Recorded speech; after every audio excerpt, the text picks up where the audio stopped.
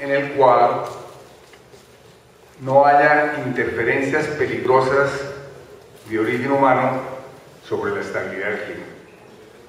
Pues ese es el objetivo. Yo participé muy activamente en esa época en las negociaciones, incluso escribí en las negociaciones de Río, en la cual también se firmó la Convención de Biodiversidad y otros acuerdos y tratados, incluso cuando regresé a Colombia escribí un libro que se llama Relaciones Internacionales, Crisis Ambiental y Relaciones Internacionales, sobre esa negociación. En ese momento se acuñó también el tema de desarrollo, la concepción de desarrollo sostenible, según la cual pues tenemos que hacer un tipo de desarrollo en el cual se satisfagan las necesidades de las actuales generaciones sin perjuicio de las necesidades de las próximas generaciones satisfagan sus necesidades, o algo así como se dice más vulgarmente, tenemos que entregarle a nuestros hijos un mundo en mejor o igual situación a la que nos entregaron nuestros padres. Entonces, ¿qué pasa 20 años después? ¿Cuáles eran las expectativas en Río de Janeiro? Que se estabilizara, es decir, que el cambio climático no llegara a afectar justamente ese desiderato de entregarle a nuestros hijos un mundo en mejores condiciones que entregarle a nuestros padres o en condiciones similares. ¿Cuál es la situación hoy en día? La situación es que el objetivo de la Convención de Cambio Climático no es posible ya cumplir. No se llegó a un acuerdo político en todos estos años. En el momento en que se firmó la Convención de Cambio Climático, se consideraba que la Tierra no podía pasar más allá del umbral de aumento de la temperatura de 1.5 grados centígrados. Más recientemente, los científicos, antes de la gran reunión de Copenhague, que fue el último gran intento de llegar a un acuerdo político, se dijo el umbral no puede ser más allá de 2 grados centígrados, porque más allá de 2 grados centígrados estamos en situación de peligro y los impactos pueden ser muy severos. Hoy en día sabemos a ciencia cierta que ya ese umbral no es posible, que ese umbral lo sobrepasaremos. Lo que discuten los científicos hoy en día es si vamos a ir a 3 grados centígrados a mitad del siglo y si vamos a ir a 4 o 6 grados centígrados al final del siglo.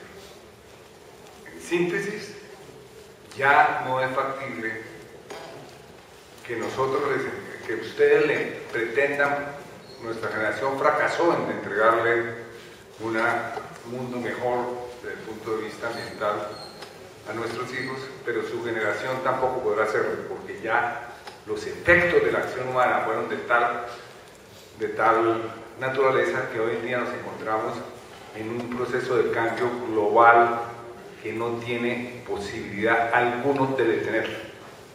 Estamos hablando de cuál va a ser el nivel de cambio global. No solamente es el caso del cambio climático, es el caso de la biodiversidad. Hoy se sabe que estamos iniciando una extinción masiva de especies y que no es posible detenerla.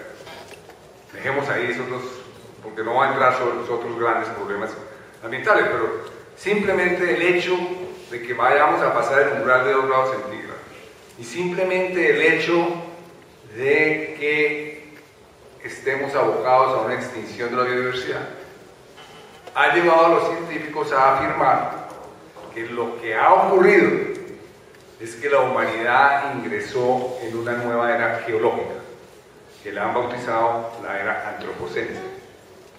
¿Y eso qué quiere decir? Que entramos en una era de un gran cambio en la vida en la Tierra, similar, de un cambio profundo en la vida en la Tierra, similar a los cambios que se dieron en el pasado por fenómenos naturales. Entonces es muy conocido la caída de un gran meteorito que hoy en día es el Golfo de México, y ese gran meteorito generó un cambio global de tal naturaleza que una gran extensión masiva de especies, incluyendo todos los dinosaurios, etcétera, etcétera. Y esa es una era geológica. Bueno, lo que hoy día dicen los científicos, ya el cambio global es de tal naturaleza que entramos en una nueva era geológica. Lo diferente, a diferencia de las anteriores, es que esta es generada por el hombre. Entonces es una cosa que uno tiene que entender muy bien cuando está hablando ya de la naturaleza. De la naturaleza ya no se puede hablar como hablaban los románticos del siglo XIX, o como hablaban los ambientalistas de principios del siglo XX, o como incluso se llegó a hablar en la conferencia de Río. Entonces, ¿cuál es la situación ambiental de Colombia? Bueno, es una cuestión interesante. Hay muy pocos indicadores en el mundo sobre el tema de cuál es la situación ambiental de cada país, pero hay un indicador que ha venido refinándose que puede ser una guía. Es el indicador generado por la Universidad de Yale y la Universidad de Columbia sobre desempeño ambiental de los países, que viene generándolo desde hace 10 años, que ha tenido 5 entregas. Eso genera un indicador compuesto, quiere decir, un índice compuesto quiere decir que lo alimentan 25 indicadores sobre diferentes temas ambientales. No, Colombia, en ese indicador, de acuerdo al último informe de esas dos instituciones, aparece como el 10º país que mejor cuida el ambiente en el mundo, o que tiene una mejor situación ambiental. A muchos de ustedes les parecerá un chiste, a muchos observadores les parece un chiste, pero esa posición la ha ocupado consistentemente en todos estos años. Hay además, digamos, el indicador está soportado por una información muy robusta desde el punto de vista metodológico y estadístico. Tuve la oportunidad de analizarlo con mi hijo, que es un matemático de alto vuelo, y bueno, con todos los problemas estadísticos que pueda tener, de estimación de datos, de veracidad de información, etcétera, en el peor de los casos Colombia estaría 30 puestos más abajo, digamos en el peor, puesto número 40 entre 169 países, y en el mejor de los casos estaría por ahí 10, 9, 8. Bueno, ese es un dato que sorprende, porque seguramente muchos de ustedes dirán cómo estará el resto del país del mundo desregado. Bueno, ¿por qué diablos Colombia ocupó un puesto tan alto en el desempeño ambiental? Hay dos hechos fundamentales. Uno, Colombia es un país de baja emisión de gases de efecto invernadero, por dos circunstancias, porque tenemos la energía eléctrica se produce en forma hidroeléctrica, que eso tiene otros problemas ambientales. El hecho es que la energía eléctrica en Colombia, en un 80% en la época de invierno se produce mediante las hidroeléctricas, en época de verano entre 65, 70, 75%, cuando la mayor parte de países producen su energía eléctrica fundamentalmente con termoeléctrica. Más allá, digamos, China, el 60% de su energía eléctrica es termoeléctrica. Hoy en día en China están abriendo una termoeléctrica cada semana y media. Muy bien. La otra razón es que Colombia, hasta recientemente, la tasa de deforestación de los 90 fue relativamente baja. Y la deforestación es un hecho que explica en un 18% más o menos el calentamiento global.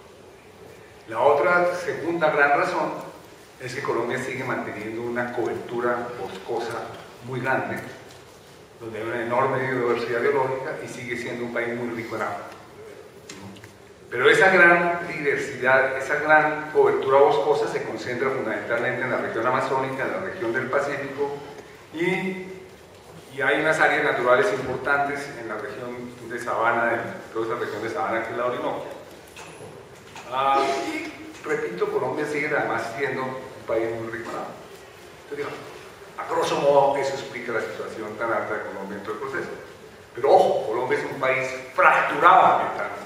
Ahí donde vivimos la mayor parte colombiana, que es la región andina, los valles interandinos, la región Caribe y la región Pacífico, y la región Caribe, ahí hay unos enormes deterioros ambientales. A tal punto que según el informe del Banco Mundial del año 2006, que hacen un cálculo de cuál es, a cuánto equivale en términos de pesos, cuál es el daño ambiental que hacemos en Colombia, pues ese informe dice que es aproximadamente el 3.7% del Producto Bruto Interno Anual, las pérdidas que tenemos como consecuencia fundamentalmente de la contaminación del aire y la contaminación de las aguas. El banco no mira la destrucción de la biodiversidad como parte del asunto, pero bueno, 3.7% del Producto Bruto Interno. Esa pérdida en nuestro patrimonio natural o ambiental se produce fundamentalmente, obviamente, donde vivimos el 80% de los colombianos. Entonces, digamos, esa es una expresión de cuán fracturado está el país ambientalmente. Bueno. Además, Colombia, entonces eso nos dice de todas maneras el indicador de Colombia, una cosa interesante, es que Colombia, digamos, el hecho de que tenga toda una riqueza ambiental tan grande representada en su biodiversidad y en su agua, etcétera, etcétera, tiene una gran oportunidad. Así sea un país fracturado ambientalmente. Otra característica que tiene Colombia ya en relación con el cambio global es que Colombia es un país muy vulnerable al cambio climático, a la variabilidad climática y en general al cambio global. Es uno de los 10 países continentales más vulnerables del mundo. No va a entrar y lo es en forma natural. Pero más grave aún, lo hemos hecho más vulnerable con la acción humana, como apareció en forma muy dramática durante la tragedia invernal que tuvimos recientemente, en el cual las grandes inundaciones son en buena parte expresión de la vulnerabilidad generada por el hombre sobre nuestros ecosistemas. En concreto, la destrucción o deterioro de los páramos, la destrucción o deterioro de los bosques de alta montaña, de los bosques de niebla, etcétera, la destrucción o deterioro de los humedales, para decir 3 grandes tipos de ecosistemas, ha hecho que el ciclo del agua en Colombia se vea muy negativamente afectado y que naturalmente en épocas de invierno haya estos grandes crecientes de los ríos, etcétera, etcétera, y en las épocas de verano que pues haya problemas de sequía bastante fuertes. Entonces, digamos, ese es otro hecho que está ahí. Y frente a, entonces tenemos un país, entonces en síntesis, estamos en un mundo en cambio global. Entonces ya hablar de gestión ambiental o del tema ambiental como se hablaba hace unos años no tiene mucho sentido. Tenemos que adaptar, reformar diferentes concepciones que teníamos sobre una naturaleza del Holoceno que se había dado en un periodo profundamente estable del clima. Digamos, la población que hoy existe en el mundo, digamos, la historia reciente de la humanidad de los 12.000 últimos años, que es donde ha crecido la población, bueno, la población ha crecido en los últimos 200, fundamentalmente, pero digamos, no, todavía está prendido. Bueno, de todas maneras, el tema es, el tema es que no podemos hablar de la naturaleza como se hablaba antes, en el sentido que hablamos de una naturaleza que estuvo en un periodo climático profundamente estable.